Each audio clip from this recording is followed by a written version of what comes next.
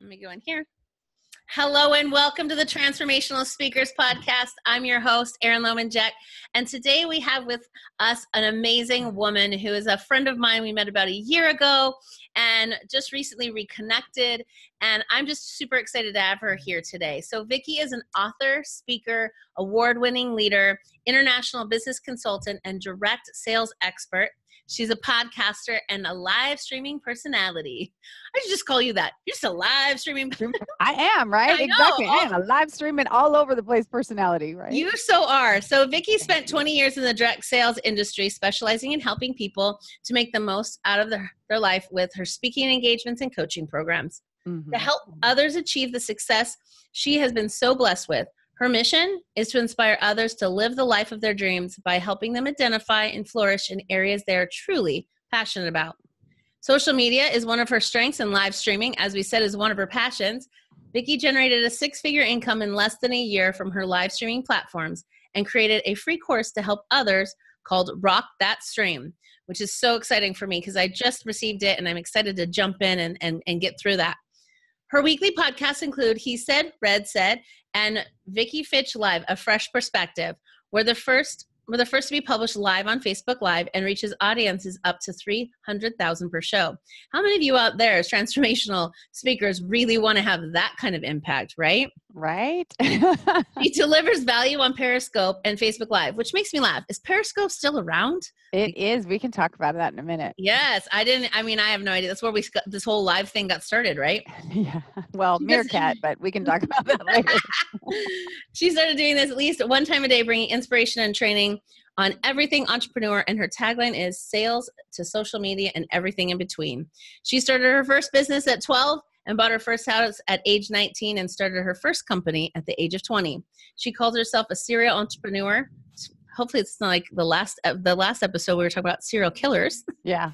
No, because building and selling businesses became a way of life for her until she entered the direct sales industry 20 years ago, which she launched her into the top 1% of the company and being the top 10 sales and recruiting worldwide for more than 10 years while raising a family, including a child with some special needs. What I love the most is she's on a huge mission right now to write 12 books in 12 months. People ask me all the time, Erin, how the heck do you do all the things I see you doing? And I go, well, hey, I'm not doing that. It's like, hello, right? Yeah, right. So I love that Vicki, people always say, how does she have so much energy? How does she get through the day like this? And I just am so super excited to bring her to you all today. So thank you so much for being here, Vicki. Oh my gosh. Thank you for having me. I really appreciate it. And I'm going to share it out really quick with my audience as well. I was trying to listen to that. What a wonderful intro it was for me. I appreciate that. So let's just, because it's like a girlfriend chat, right? And so it's like, hey, everyone, come check us out live, right? Because we're cool peeps. If I can spell right, us out live. Cool peeps in the house. That's what I'm so saying. Because my followers love that I'm weird, right? Oh my gosh. Well, our followers love us. We attract us. Like I attract unicorns. Like that's right? My thing. So, it's being who you are, and you'll attract the people who are meant to work with you and who will love you for who you are. I totally agree. Because one of my books, it's called Own It, How to Step Up and Stand Out. And the tagline of it, or the subtitle of it, is hashtag quirky is cool and normal is so yesterday. Because I think that's what we have to be. Like, we have to be ourselves. I think there's been a lot of people in the world that have been trying to conform to other people's standards and what they want. And the fact is that what we really want is for people to be who they are. So then we know, who do I like you or don't I? If I like you, it's like I like you. And if I don't, then it's like, well, now I know why, because you were pretending to be someone else. Right? It's crazy. So I like you, Erin, just so you know. I like you, and I like your slippers and my purple unicorn slippers that I wore on stage. Yes. I love them. I love it. And I love you. I think you're awesome. Thank you. No, it's been super fun. You never know who you're going to meet. Right. So I was speaking on stage and Vicki was there and we got off stage and she was telling me some of the things she was up to. And I was like, oh my gosh, you're amazing. And then I think you called me crazy, but I'll go ahead and take amazing. Well, hello, 12 books in 12 months. That's crazy. I know. I totally agree. I cannot argue. They tell me they have like 20 kids or something. And I'm like, no, that's crazy. Like I have no space for that. Like in my mind, I don't have space physically or mentally. Like I have 2. And when I see people have 3, 4, 5, 6, 7, 8, 9, 10, 11, 12, I'm like, right? I'm not worthy. Okay. I'm not worthy. So tell us more about, like, I love that you have one of your new books is the direct selling, right? Yes. 101. What was it? 101. No, it's Direct Selling 101. And it is, there's actually 5 books. There's actually 6 books. The 13th book is also in direct sales. But the cool part of it is that all 12 books are tied together in what I call Fitchapelago. You know, my last name's Fitch. And so there's these islands. There's Hope Island, Success Island, Nuff Nation, Fitch Slap Island. For those of you who don't know, we'll explain that in a minute. And even Eviction Isle. And there's places in there like the ocean of overwhelm and the depths of discouragement, but there's also the sea of tranquility. And so it's just taking 12 individual topics, creating a connection and a bond. So the whole point of them is in the 12 books is for you to become the best version of yourself. So Direct Selling 101 was so full of cool information, I had to separate it into 6 books because this is the first book. It's 226 pages. It's 80,000 words, right?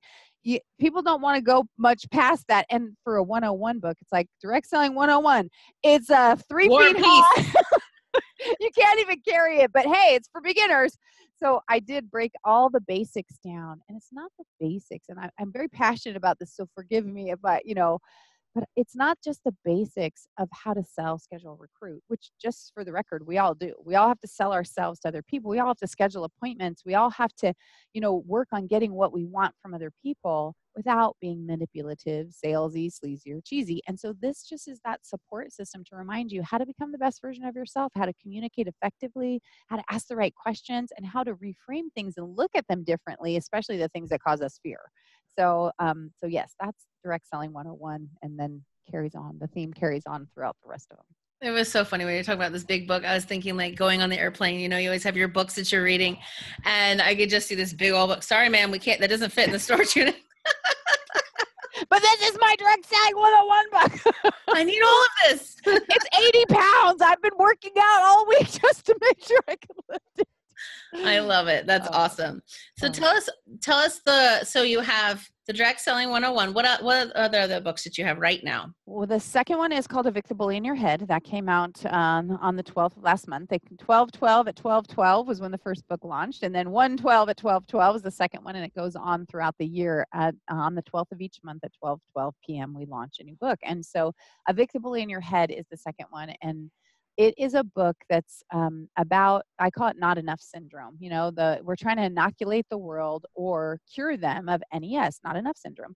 And because people have this bully in their head that says you're not good enough, you're not smart enough, you're not strong enough, you're not pretty enough, you're not tall enough, you're not financed enough, you're not known enough, you're not whatever enough. And we just get stuck in believing those lies instead of engaging what I call the headspace heroes of Captain Confidence and Corporal Courage and hope, faith, love, peace. Empathy is one of my absolute most impassioned heroes, because I think that our world forgets how to use empathy towards situations that are difficult. And, one of the chapters is called Don't Accept Unacceptable Behavior. So this is not about accepting what other people do and kind of turning the other cheek concept. This is peeking behind the curtain and saying to yourself that if those people if it's okay for them to do stuff like this, imagine what happened to them to condition them to believe that that's okay.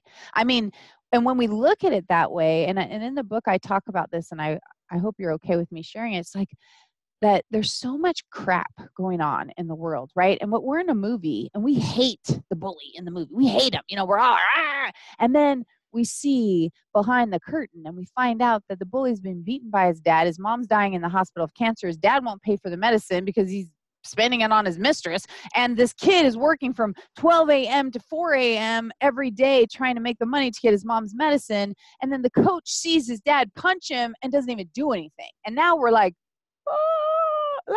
now we know why he's so angry at school and why he yells at people and why he treats them terribly. And then we have empathy and we go, oh man, like, what can I do to help? So that's, if we can start looking at things with that perspective, not accepting non-acceptable behavior. You don't get to be a schmuck, okay, because you feel bad.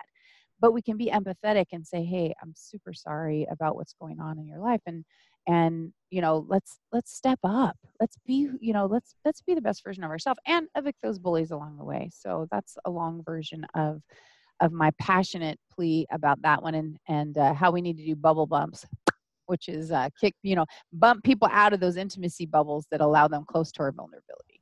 I like that. That's funny. Because for me also, I used to say, it's when that voice goes off to know that it's not yours. That Right. it's just like if you, and I remember asking Brene Brown this because she was talking about. What? Wait, hold on.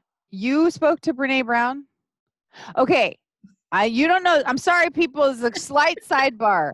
I've been asking people who knows or can connect me with Brene Brown. I had never heard her stuff before I wrote this book. And then before I was like, oh my gosh, we are sisters. Like, we have so much in common. Okay, so I'm sorry. We'll talk about this later. I have to talk to her. I've got to connect with this woman and send her a copy of that book because I know we have a lot that we could do for the world together with that. Sorry. Back. Yes. I'm back in my chair now. Go ahead. You were talking to Brene Brown. No. And I asked her, I said, how do you teach that to kids? Because kids we think that's the only voice. It's the only voice we hear in there. So we think it's ours. And if we can give it a different name or tell it, so we were having this conversation. She said, what she tells her kids is it's the critical Dylan, it's the critical Aaron, and that kind of thing. And so I've told Dylan that, my son. Uh-huh. And so anytime he's like, Mom, I'm so stupid, I can't figure this out or whatever, I'm like, really? Is that true? Let's really examine that. Is that your voice that's saying that, or is that the critical Dylan? Right. And when you can actually separate and know that it's not your thoughts, it's just the voice, right? You make it this other persona, like you said, the bully. Make it that bully. Then you're like, I wouldn't let someone talk to me like that, right? Exactly. But when I think it's our own voice, we accept it. So if you can differentiate that and really say, sit down, shut up, I got this, right? It really helps to know that it's not the truth. I think when we hear it in our own head, we think it's the truth because it's the only thing that's speaking to us. Well, and that's one of the reasons that I do this You Are Enough campaign in schools is because my goal is starting out with preschool. If we can help kids recognize that, what that bully is, and I call it a bully birth, because when kids are tiny, like they're little and they're running and they fall and somebody says, you're clumsy. Like they don't know what that means. They just get it. And it's not until the day that we believe it, like we receive that information as truth and we believe it, that a bully is born. But now the bully says you're clumsy, or they say, oh my gosh, you're so fat, or you're chubby. Stop eating that. You're getting chubby. Stop eating that. And then, or laugh. And then all of a sudden the day they go, oh, I'm chubby. Like, right. So it's a bully birth. And then they hold on to that until they can recognize. And like you said, they don't know it's not their own voice. So we can teach them with the headspace heroes and the bullies at a very young age, we can change the world. I mean, and I mean that because the You Are Enough campaign is you are enough just the way you are. We all want to grow because nobody as a baby wants to never feed themselves or never be able to drive or whatever. So we all want to grow, but we should stop the need to change because others want us to change and do it for ourselves. And that is right. So we're on that same page. How can we teach the children that they are enough just the way they are? Well, and I think, something I've been paying attention to since my son's been bullied recently in school and had a big incident happen, is that I notice how much kids, where it all starts. So I think about like kindergarten. All these kids are running around on the playground being unapologetically just them. Right. They can take their underwear and put it on their head and run around and no one's going to care, right? Like, right, exactly. They just don't care. And then what happens is the teacher says, okay, it's time to line up and go into school. Oh, we have to fit into a line. And what do we do in a line? We keep our hands to ourselves. And all of a sudden we start to become smaller and smaller and smaller to conform, to fit in and to hide and not be seen and heard. And so a lot of times we think all these things, like me wearing unicorn slippers on stage, people could say some stuff. Great. But what we do as kids, we're like, oh, who cares? These are my unicorn slippers. Look at them. Who wants some? I want some too. Right. And then we get to this part where we're like, oh, but that means something. Someone said, oh, I don't like those. Oh, purple's an ugly color, right? Or whatever. And so all of a sudden we start to change to fit into the box. And the box isn't where any of us should live anyway, right? What did you say? What was the hashtag? Normal's not. Quirky is cool. Normal is so yesterday. That's the subtitle for book number, I think it's 6. You lose track when you're doing 12. I literally can't remember what content's in which book sometimes. Like, I don't know. It's one of them. Right? I would have no idea. Like, Oh. yeah. I don't even, it would be like, I don't know what chapter either. Like, there's all this is stuff that's been downloaded to me. I have all this stuff. I don't know. Whatever. Go find it. Yeah. Well, sometimes because when you're writing, and like I said, when the books get too big, I'll take content out and push it into another book because I want to keep these. I don't want to scare people. Like we were talking about the 50-pound book, but nobody wants to read the 50-pound book, right? They're afraid of it. So I will push it out. And so sometimes I think that's direct. Maybe it's direct selling 3. I don't know. I don't know which one it's in. So I'm actually for my own self, I am creating a master where I have all the books in one Word document so I could look it up and find out. That's hilarious. I need a spreadsheet for all my books, for all my facts and my titles and my chapters, so I can at least reference where the heck I put this. It's like, I know it's there. Just read them all and you'll get it. I don't know where I put it, but some things I know where I put it because they're like in You're Broke, Not Broken. I'm a Christian, and one of the books is called Christianpreneur.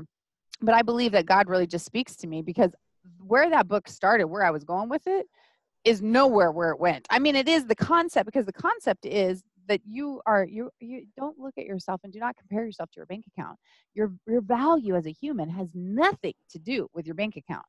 But I know I created a story within a story that uses the 12 books, 12 months to get out of this situation. But that was not me, because I'm literally was typing and I'm like, oh, like it's like I'm reading because I'm like, oh, that's good. Oh, and then I'm like, I take a break. I'm like, oh my gosh. I'm telling my husband, this is so cool. And, it's like, I love when that happens because I feel like I'm ministering to myself. Like I just went out and paid for a counseling session or a business coaching session. And I was like, oh, I'm so energetic that it feels so dynamic when it just flows so easily. Because people say like, this must be a chore. You must hate writing. It's like, oh my gosh, no, I love it. I love it. I just love it. So, well, it's why I like doing sessions with clients, because half the time I'm getting a download and I'm like, oh, ooh, heard. That was not just for that person. That was for me too, right?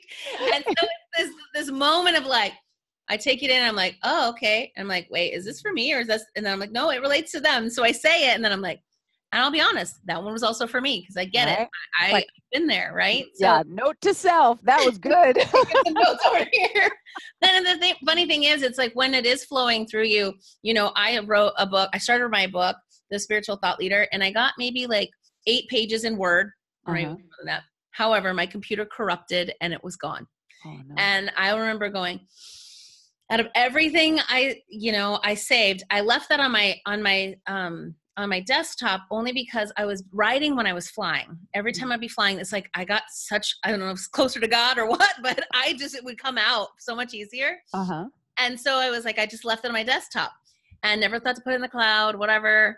And so what ended up happening is I was like, well, I guess that wasn't the book I was supposed to write, and if it is, it'll come back through. And then to think about it, there's so much more I want to add in there because I really do want to talk about the journey. Like, what does it take to be a thought leader? And really, truly, what does it take to step out and say, hey, God speaks through me. Hey, I get divine downloads. To say that out loud for me has been a long unfolding because I've had this my whole life. Uh-huh. I grew up in conservative North Idaho where I was crazy and weird. And so I just kind of be quiet about it. Mm-hmm.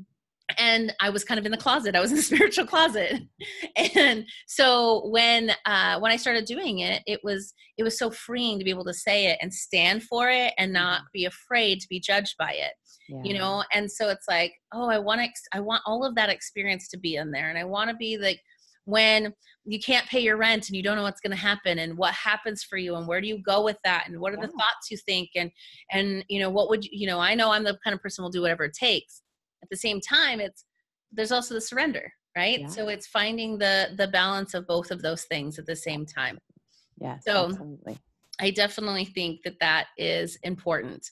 And so I love that you're talking about those things. And I'm like 12 books. I'm like, I barely am writing one here. I hear you, sister. Like I said, when I originally started it, I thought they were going to be around 30 or 40,000 words each. And so I thought 2 hours a day was going to do it. But they're so big that, they're 80,000 words. So it's, and then I got sick for 4 months. I was super sick. That's why I'm only on book 9. I should be finished, but I'm not. Yeah, I'm literally still writing the books, and then still you also still have to do the edits or the changes or the this or the that. And then, anyway, it's interesting. The 14th book is called 12 Books, 12 Months, The Journey. And so talking about what I did, how I did it, where I realized, oh my gosh, that was dumb. And, that was not a good choice. And then not the project. I think the project was a brilliant choice because of all I'm learning and what's going on and the changes I've had to make. There's been some really difficult challenges, but it's just honestly one of the most rewarding experiences ever. I'm so excited about it. I mean, like I said, I'm plan on keep writing because people are, you're never going to write again. I'm like, oh no, I'm already on 16 and 17. Like, if something comes up and I feel inspired, I just write about it. And then, I'll just put it, I don't know where they're going to go. I'm not, Right. but I have about 26 titles that I intend to do. So anyway. And you don't have to know, like, as it unfolds, like you take, like I was talking to someone today that you take a step and the universe aligns and you'll find the next steps. But until you take the step, you won't see the other ones yet. And so just let it unfold, and that's the beautiful part. So tell us, what do you think is the biggest mistake people make in sales or the enrollment conversation?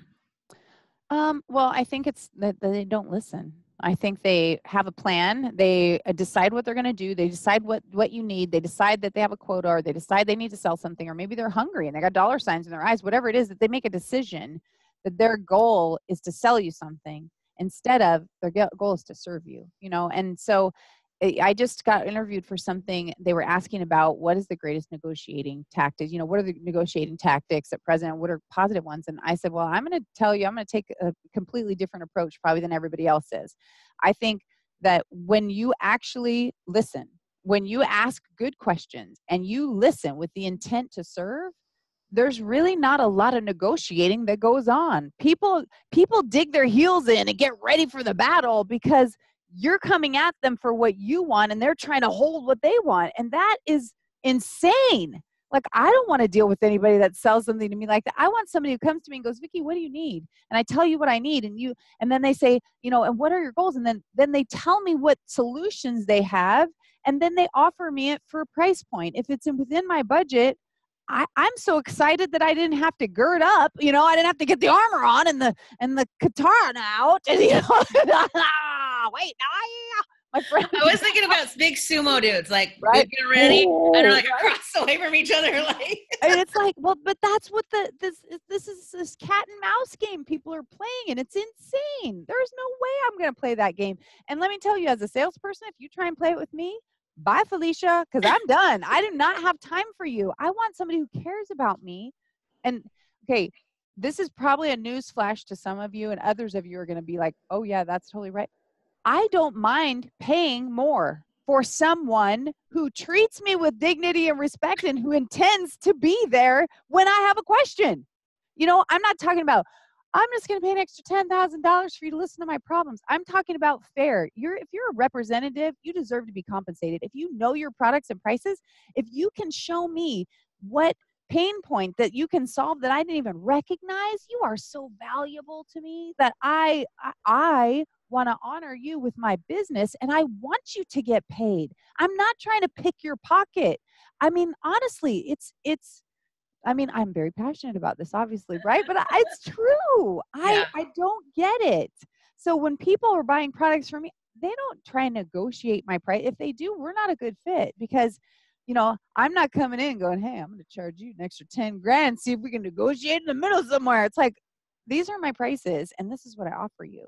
And I heard you say this, this, and this. And I think this would really support your business. And I think this would be my recommendation. If it was me, this is what I would do. Yeah. Right. I think some of the other thing is we also think we know the problem that we're solving for people instead of listening. Right. So most people say, as they come to me as speaking, I need to learn how to get speaking gigs. Right. And then they're like, I already have a talk. I've been doing all this. I'm like, okay, great. And I say, so are you closing 30% or more of the room? And usually the answer is no. Right. And I said, it's not that you need to learn how to get speaking gigs. It's that you need to learn to actually speak to your audience and deeply connect with them. Right. You're doing that. No one's going to, and you might have had lots of event planners in the room that were like, ooh, oh no, they're not the right person because your talk didn't land. Right. So the problem that really people come to is, I need more speaking gigs. And I'm like, okay, so tell me about what you're doing and how you're doing it. And, like, you need to get better at what you're doing, right? By developing relationships. Or I have this great story and I think I should get paid to speak on a just a platform speaker, just get paid to speak. And I'm like, okay, great. So if I have, a Seattle Seahawks application and yours, why am I going to pay you over him when I can see that he's going to bring me more value because he'll draw a bigger audience? So tell me why. Right? And it comes down to, if your talk is amazing and killer, then they don't care so much about that. Right? But it's this whole thing that they think it's a one problem. And really, when you get down to it, when you ask, like you said, really good questions, you find out that, you wouldn't need 10 more speaking gigs if you could land one and close 100K. Right.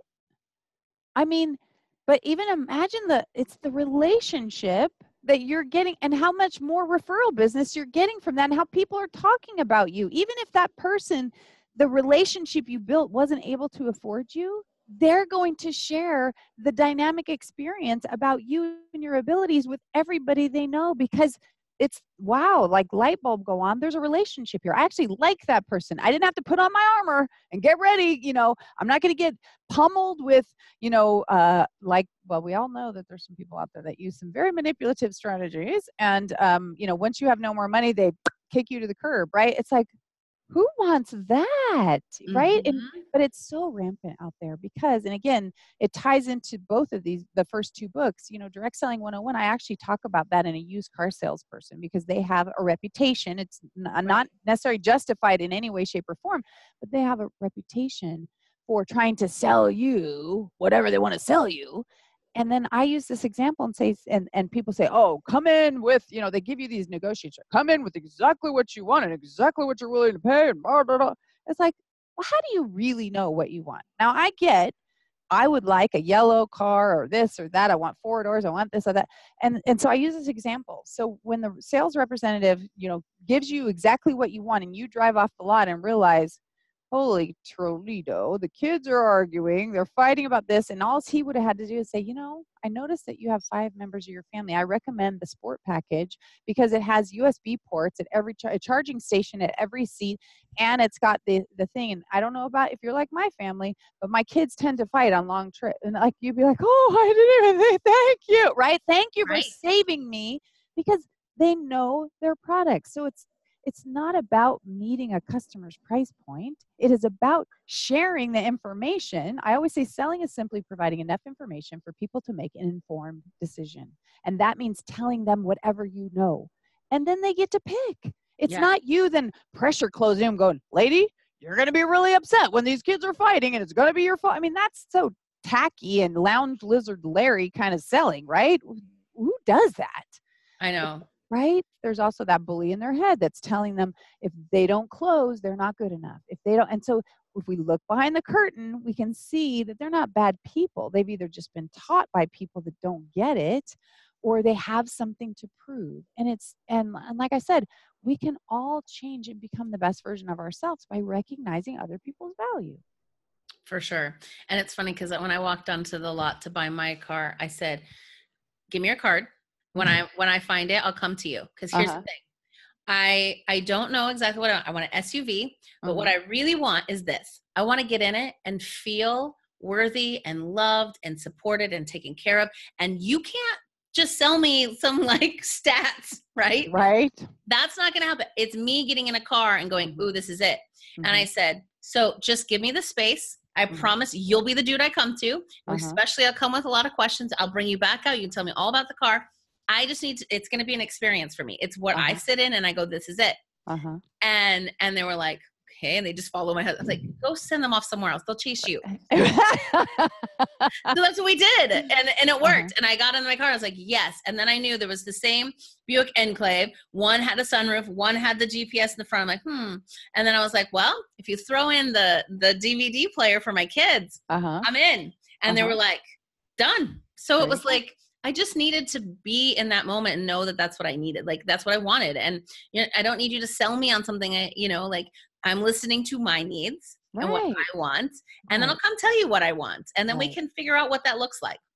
And that's what's cool about that, is that you set boundaries that they weren't, steel walls. They were a boundary, and you can respect it or not respect it. But if you don't respect it, I'm leaving, but so it's like, but you just set a boundary. You didn't have to dig in and, you just said, hey, look, this is who I am. I know who I am. This is what I need, and this is what I'm going to do. Now, then when you came to him and said you really like this one, like you said, for him to ask some questions and say, hey, just, there are a couple options you might want to know about. You live in this weather and we've got this whatever, or blah, blah, blah. But that, like I said, that because they listened to you. And that's all, like I said, setting boundaries is cool. And that's what I think I love about you, is that you have clear boundaries, but you still have this vulnerability and this openness about you that people can connect, and they can ask you questions in your unicorn slippers. And, and like I said, what, those unicorn slippers make you more approachable. And that. I mean, that's one of the things that you do, but they make you more approachable because you're obviously comfortable in your own skin enough that you can rock some unicorn slippers and just have conversation, because it doesn't devalue who you are. And that's, people can go, oh, look, she's comfortable. And Erin, she's cool. She's cool peeps. Yeah. And I think the thing is that people don't realize is who you see here, who you see with my kids, who you see on stage, it's always the same. Right. And it's not this, I'm going to play the speaker role. Oh, now I'm going to play the business role, right? It's none of that. And if we who are those people anyway, right? It's like, right. You see them on stage and then they come off and they're like goofy and you're like, wait, which one's the real you? Right. And so then that confused might say no. And I'm like, something's off here. If you're just you, be you all the time. Like, it's the best place to be. And then you don't have to remember who you're supposed to be or what you're supposed to say. I can't even imagine living like Sybil. Like, oh, wait, who am I right now? Wait, I know. Yeah, I'm cool. Wait, I'm cool. I'm hardened and cold. I'm nice. It's like, right. Like I would feel weird, but anyway. Yeah. I know. Well, and I think that some of the best speakers are the ones that get up on stage, do a great job, and people are like, wait, how do we work with you? I've done that before. I like was doing a workshop and I totally forgot, and I was like so tired by the end of the day. And someone's like, wait, you didn't tell us how we could work with you. And I was like, oh, that's what I teach. I just happened to forget in that moment. Right. I'll make sure I send you guys something. Right. And that's when you know you're good, because when you're good, you don't have to sell. Like you said, even if I'm speaking and delivering value, I already know what you have talked and said you needed, because I've done so many interviews with so many speakers, and I know what the problems are, and I give you the value and I solve those problems for you. If I get off stage, you can do this alone, or you could do it with me. Either way, I'm good as long as the transformation happens. Right. Yeah. I served my purpose, right? I can deliver value to you and you can take it and run with it, or I can support you along the way. Most of the time it's faster and more efficient if somebody walks with you and walks you through it. That's why I always say, it's like having a guide. I say mentors are like bumper guards at the bowling alley, right? There's no reason for you to end up in the gutter. If you got people telling you, don't go that way, I'm telling you, let me tell you what's going to happen. Go this way. No more this way. Come on, go this way. Wait, over here. It's like, it's that perfect thing. It's like, oh, okay. Because we don't have to end up there. There are lots of people that will walk beside us and show us, hey, let me show you how I did it, without taking away your autonomy. You're still going to be able to do it your own way. And some of you stubborn people, you're going to do it. And we're going to watch you go in the ditch, and we're not going to say, I told you so. We're just going to help you out. And you're going to say to yourself, she told me so. She told me that was going to happen. I'm here. Okay, enough said. I'm ready to get back. Right, now I'm ready to learn. I know. I have so many people that come back to me like, oh my gosh, I had this epiphany today. Someone said something to me. Oh, wait, I think you told me this. I think it was you. I did. It can take you that long. That's up to you. I gave you the idea then, but it has to be on your time. So I'm good. Like, I'll wait. And when you figure it out and come back, you're like, oh, yeah, you kind of said that, didn't you? And I was like, whoops. Yeah. It's so fun. I'm like, I did say that. Sometimes I forget that I even said it. I know. Sometimes we have these bits of wisdom. They're like, oh, somebody quoted me in a book. And I was like, Oh, I said that, didn't I? Like, I don't know where I said, but I do kind of remember it. Right? I know. I have people that say I have Aaronisms in my head. Like No, I always think, what would Aaron do? I'm like, oh, I should make bracelets. What would Aaron do? there you go. But I'm like and I'm like, what do I say that's so great? Like when people say, well, what's something you quoted? I'm like, I don't know. I have like one that I think that I memorized. It's like a joke. I'm not good at telling jokes because I can never remember them. And half the Okay. time the good information just flows through me. So it's not mine. I'm not connected to it. Like, so I don't know. It's always fun. I hear you. Oh my gosh. So how would you say if somebody is wanting to write a book, getting it out of their head onto paper, what are some of the best ways that you have found? Because I mean, hello, now you've got it to a science. Like I was thinking, well, yeah, the first one's probably the most difficult. And then it's like it becomes more of a system for you. Like, okay, there's this kind of way that works best for me. So Right. what would you say is some of the tips that have helped? It's probably going to sound weird, but this is what I put in 12 books, 12 months, the journey, right? Is that first of all, I started out with a Trello board, and I have one Trello board that's just all the different titles that I think of. So as you know that I wanted to do. Now again, most people aren't trying to do 12 books in 12 months, right? But you might have a couple things that you're thinking about. Maybe it's one's about business, I got one's two. about this, right? Okay. Yeah. So, putting them there, and then if you actually have that intention now and your subconscious is working, recognizing that you plan on doing it. Now for me, I plan time every day. I'm very detailed with my schedule. And so I said, okay, from 8 to 10, I rearranged my schedule. So from 8 to 10 every day, I was working on my writing, and I made that a non-negotiable time. Now, it doesn't have to stay non-negotiable for people who are very detailed or that aren't trying to produce 12 books in 12 months, because you can have some flexibility, but you still need to have a consistent nature. One of the chapters in Direct Selling 101 is the Queen of Consistency. And the way I stayed top 10 worldwide in the direct sales industry in sales and recruiting for more than 10 years straight, even though I spent 3.5 years in a wheelchair, is because I'm so consistent. And consistency doesn't have to be 100,000 things you do a day. It's something that you do every day. I made 5 phone calls a day, every day. I didn't have to make 500 calls ever. I made 5 phone calls a day every single day. And the momentum starts picking up and moving, and then you're getting your customers and you have these follow-ups. And anyway, the point is that you don't have to make these huge life-altering changes usually. For me, like if you're writing a book and you don't have this firm deadline, maybe you're giving yourself 6 months or a year, again, if you write like I do, maybe you can write 30 minutes a day and just plug in a 30-minute time slot every day to work on it. But for me, well, I'm going to share, and you guys can reduce that however it works for you. I did 2 hours a day, every day. And every time I would see something in my day, or I'd see a quote I liked, I'd go grab it and pop it on the Trello board on that book and say, oh, that would be good for that book. Or I'd hear something, or in my daily, because I read a devotional every day, and I read Streams in the Desert by, is it C.B. Kalman? And John Maxwell's leadership lessons every day, just little quick lessons. And so when oh, that's so good. That's exactly what I'm talking about for Profit in the Pain, or that's what I'm talking about in Your Broke Not Broken. So I would grab that, or conversations, and I would just, throw it in there. So then when I got to that book, I would take all that, and I would start out, and I know this doesn't maybe it sounds uber organized to some of you and it sounds disorganized to others, but I would think to myself, how do I want to do this? Okay, I want to make sure they know this, and then I would take that content from the Trello board and I'd try and sift it through onto the outline.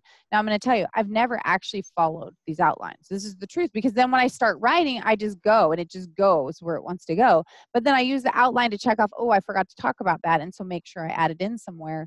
So I'm not this, okay, we're writing a chapter on this today. That's not what it is. It's like I start and it just goes. So I don't have the experience of coaching you on uber structured outline. This is all content in my head. I'm not going to research things. Right. This is what I know already. Now I will stop once in a while and go, and I'm going to give you a tip on this part. I will go, sometimes I try and be a bit of a wordsmith, because I believe words are really powerful, and that sometimes when we use the wrong word, it loses some of its meaning. So I'll go check out words sometimes. But what I do now, because in the beginning I would stop and I'd go look at the word and I'd do this, so I would break my flow. Now I highlight the word and then I just keep going. And then I have a function on my, not a font, but what do you call it? A style on my computer that's called internal note, and it's 24 pitch font that's centered and it's in red. So if I have a question of something or I need to go look something up, I just hit that. So that tells me when I'm going back over, I needed to do something with that. And so it's just, like I said, this a little bit of a pattern because I recognized the start stop wasn't working. And now if I'm going along with a thought and or a thing and I get this inspiration to change it, I just make an internal note, review previous for change. And I go with it. I don't stop and try and rethink, oh yeah, that character's name should be such and such or this or that. I just make an internal note and I just keep on going. So that has worked for me where the first time it didn't. But I also want to point out that you need to give yourself time for creativity, because when I started this, I was just writing. I didn't think about, and the reason it took me longer on some of them, I'm going to show you really quick, Erin, because I don't know if you saw the map in the front, but this is Fitchapelago, right? Yeah. Now, this was just one day as I was going through stuff and I was talking about a place called Enough Nation where you're, not good enough, not smart enough, not whatever enough. And then I was like, huh. And then I was like, oh. And I just started drawing this map, right? And I'm not an artist by trade by any means, but I sketched this little thing out. And some people won't even recognize this. Some people will because they're my regular followers. But I, in here, that because I always end my broadcast with dream it, believe it, achieve it, ciao. So I have my two fingers right here. And so that bridge that covers right here is my arm going across the Fitch lap. So it's me. Like when I made this sketch, and it's harder to see here because it goes across 2 pages, but the pain of perfectionism peaks are my eyes. And then there, my hair is part of the coast of consistency. And, it just enveloped. Like I didn't mean for it to be that way, but once I got that vision, I had to go back and change. And that's where the whole project took on this cool integrated. And then I have a Fictionary in the back, which is 15 pages of my own terminology, right? Of what I call things, the bubble bump and, the Fitch slap and, people recognizing that. And so it's like our own vernacular that, there's no way you can go to a conference and somebody says they need a Fitch slap that you will not know that's part of your tribe. Like that's like, oh my gosh, I know because yes. I made these things up and there's no way, people are not saying, oh, they need a bubble bump. Like they know, oh my gosh, you read that too? So it's just this cool way of helping us blend in these things. So that's the way I do it. I use that Trello board. I use this system, and like I said, come up with the outline, and then I just start writing, and I set a timer, and when I'm done, then I'm done for the day. Yeah, and I think some people get stuck in the how, because for me, I can sit in front of a microphone, sit in front of a camera, and go like topic, do it, right, and then have somebody transcribe it, and then look at it. Okay, here's all the stuff I wanted to brain dump out. Now, okay, how do I put that together, right? Because I think we get stuck because when I start writing, I'm like, oh, maybe that should have went here or this. And like, no, just keep going. The flow, stay in the flow, stay in the flow. So absolutely. That was definitely one of the things that has helped me. And now I just need to get back in the flow. Let's get back in there, girlfriend. People need what you have to say. I know. I have the spiritual thought leader and I have a parenting book. And so, and people have asked me to write a parenting book for like years. And like now that, I started it when my son was little, thinking about all these things I do with him that people are like, oh my gosh, I want to put that in my family. And now it's 7 years and I had my daughter. So now it's like redoing it. It's the perfect time to start writing it as she's 3.5. She's going to go through this. And it's like, okay, what do I do in these situations? Right. Cool. And so now it's like, okay, it's your opportunity. Now that you learned it the first time, the second time is, okay, now it's documented. Right. Exactly. It worked the first time. Was it a fluke? And now we get the sheet of proof, right? Is it fluke or not? I know. I love it. So one of my favorite questions is, well, first of all, let's find out. How do we find out more about you? Where can we find your information, your podcast, all of that? Let our audience know. Absolutely. Well, you can go to VickiFitch.com, VICKIF as in Frank, ITCH.com. If you want to learn more about the 12 Books, 12 Months project, you can add the /5K on the end. And we call you the Fitch 5000, the group of people that are my supporters. And just because I always say you need to get outside the 5,000, stop trying to market yourself to the same people that everybody else is. But anyway, go to VickiFitch.com /5K and you can hear all about the 12 Books, 12 Months project. The podcasts are on there on the Vicki Fitch Live tab. tab. My daily live stream at 6 p.m. Pacific on Facebook Live, Periscope, Instagram, and YouTube. So you can pick a platform and hang out with me every day at 6 o'clock. And, I just continue providing all that value on, I'm pretty much on every major social media platform, either at Vicki Fitch or at Vicki_Fitch. I call it the curse of the underscore because, the name wasn't available or something. So anyway. Do you have like 5 cameras going at the same time when you do all these platforms? I did at one time, because I have one of my sponsors is Archon Mounts, and if you guys are doing any live streaming stuff, I highly recommend their units. I mean, when I live stream doing book signings, I use their overhead unit. So sometimes I'll cook, and because I'm not a great cook, but I teach people how to use a crock pot or how to connect with their family or whatever, and I use that overhead unit. So I use my desktop, and then I have a small Archon mount with one device, and I had a small Archon mount, and then I had an iPad. Well, now one of the other places I use, I can actually push it out to 6 platforms, sometimes 7 platforms by just using one device. But then looking at the other devices to monitor the comments, because we don't have a good stream to monitor all the comments in one place yet. Mm-hmm. So what is that platform you use? Yeah, it's Get Vocal, GETVOKL.com. And through Get Vocal, you can actually push your content on Facebook Live, Periscope, and YouTube at the same time. It'll get a little bit too techy. I'll tell you, but it'll get too techy if I try and tell you the other software that we use and how we integrate and push through. But I can tell you that personally. But that's a great starting point, because even though and by the way, if you guys are live streaming and doing stuff like what Erin's doing, I recommend you do get my free 3-day mini course, because it'll teach you some basics. It's called Rock That Stream, and you can go to VickiFitch.com/rockthatstream or the freebies page. But my point in telling you this is practice on a single platform first, right? Because you want to get used to doing the comments, then add in your secondary platform and get used to, because people come in because they are wanting a relationship. When people are on a live stream, they're not watching a video. They're looking for a relationship. So if you're not giving them any attention, they tend to move on to something else. So you want to get good at it. And using the old platform, I was awesome. Doing the new platform, it takes a little bit more because I'm doing it on one screen, so I have to click other tabs. So I'm working through that, but I have enough experience to be able to go, oh yeah, better check that, because I'm in Get Vocal, I'm on YouTube, I'm on Instagram, I'm on Facebook Live, I'm on Periscope, and then but there's chat boxes in different places. But I'm thinking by the end of next week we'll have that resolved, because there is a temporary solution. It's just not working quite right. No, I love it. That's important. Getting it out there on all platforms. Yes.